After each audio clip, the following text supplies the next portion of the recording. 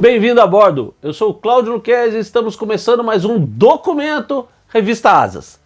Junto aqui com o Kowalski, que está até com o amigo dele dessa vez, e os nossos parceiros, a Embraer, a El Sistemas, Liber Aerospace, Goodyear e Hangar 33.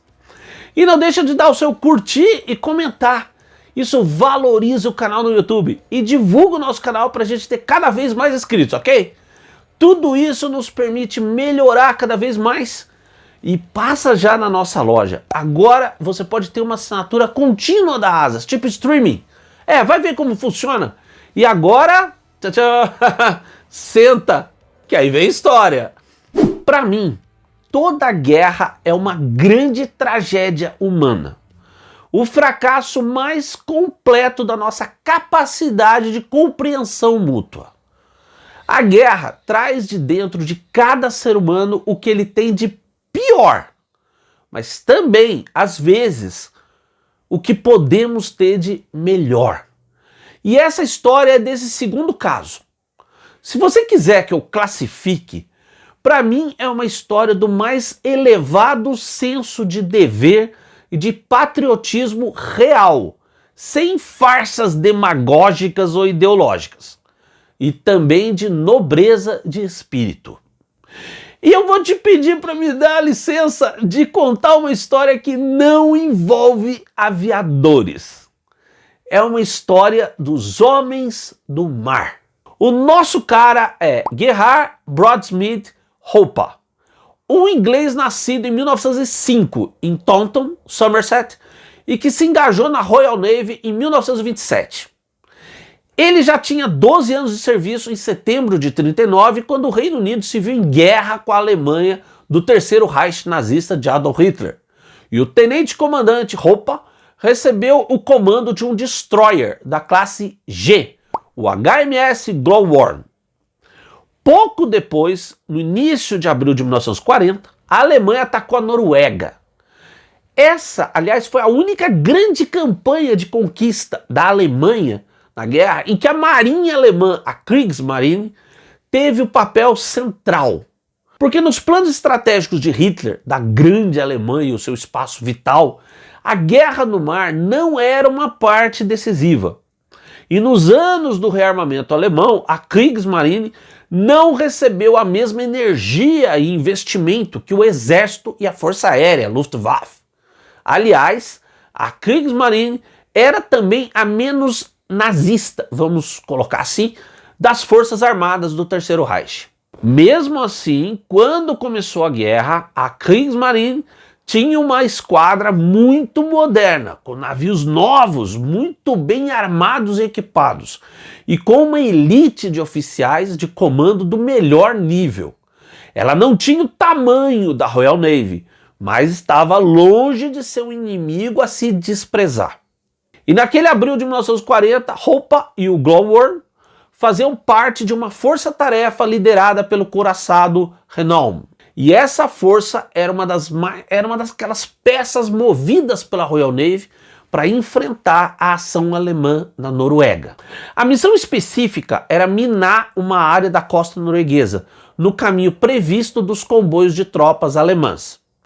Mas no dia 7, navegando no mar gélido e encapelado, um dos tripulantes do destroyer caiu no mar. E Hopper pediu autorização e foi autorizado para se afastar da força principal, tentando encontrar e resgatar o seu tripulante.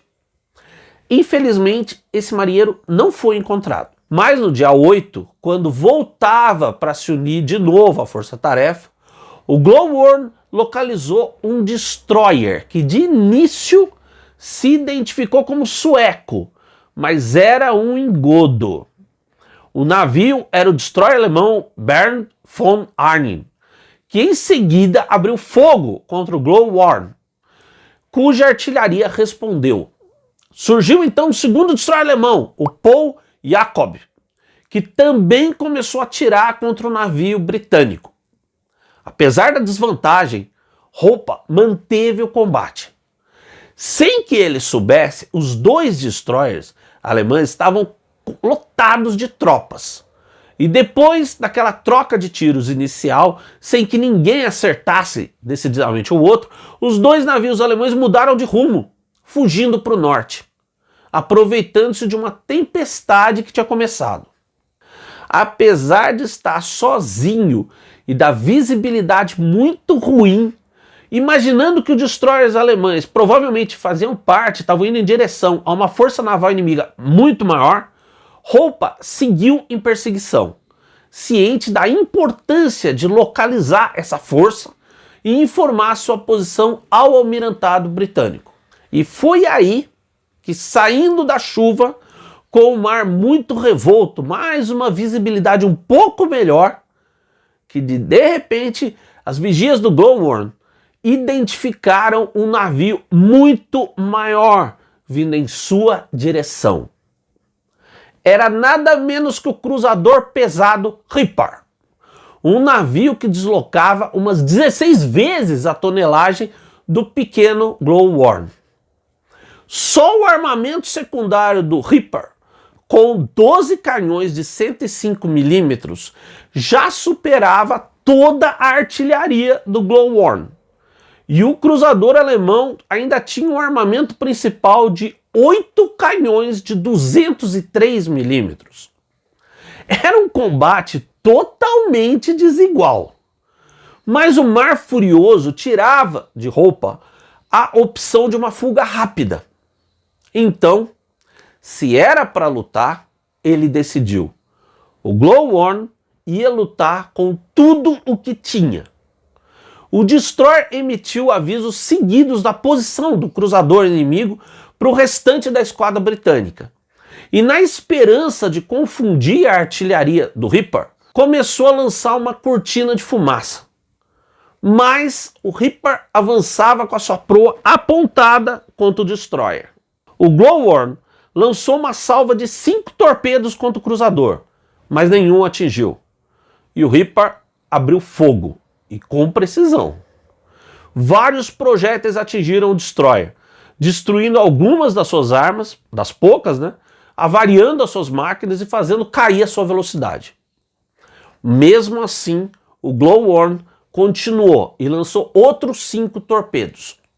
O mar quase tempestuoso, né, continuou a favorecer o cruzador.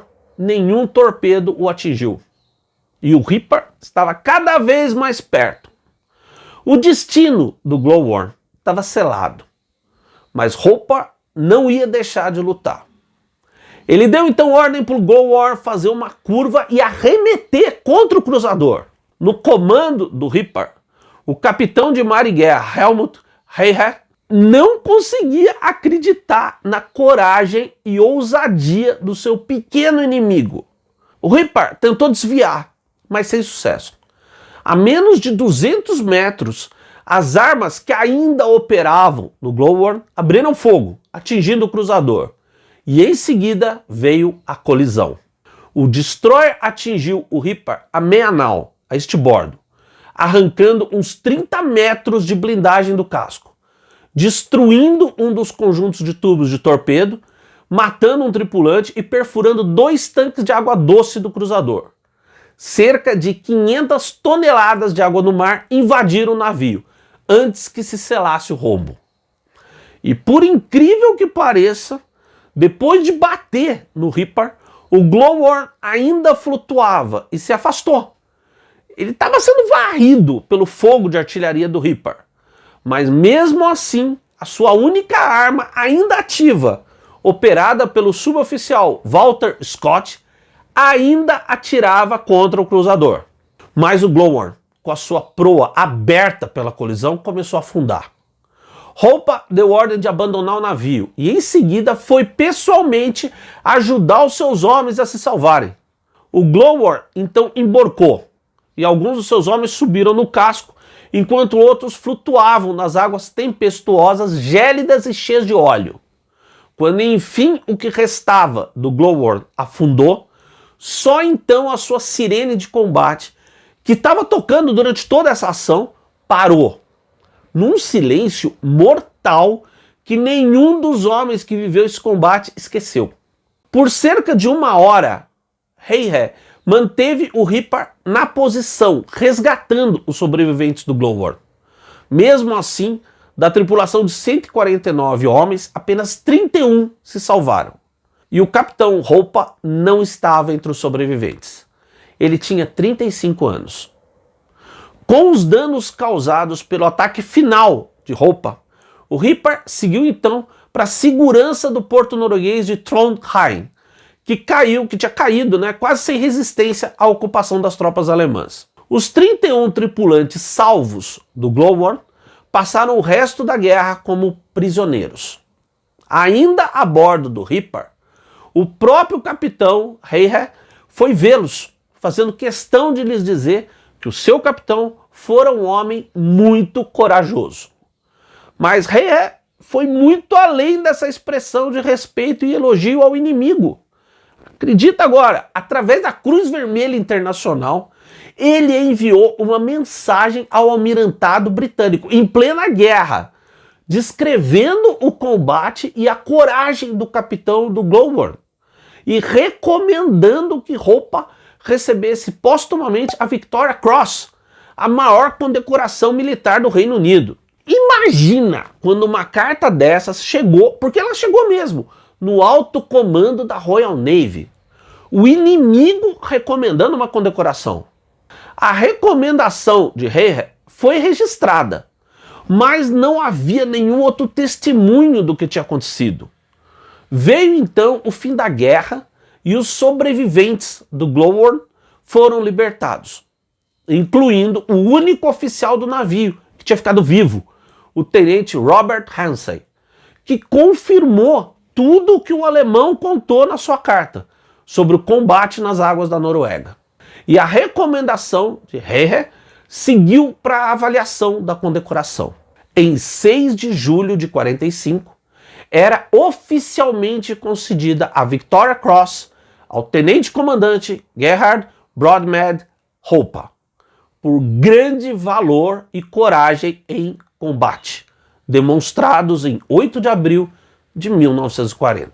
Até hoje, essa foi a única vez em que a Victoria Cross foi concedida por recomendação direta do inimigo. E o que aconteceu ao capitão do Reaper? Ele sobreviveu à guerra e nas décadas seguintes ajudou na reorganização das Forças Armadas da então Alemanha Ocidental, tornando-se também membro eleito do parlamento pelo partido do chanceler Konrad Adenauer. Deixou a vida pública no final de 64 e faleceu em 10 de novembro de 70, com 75 anos.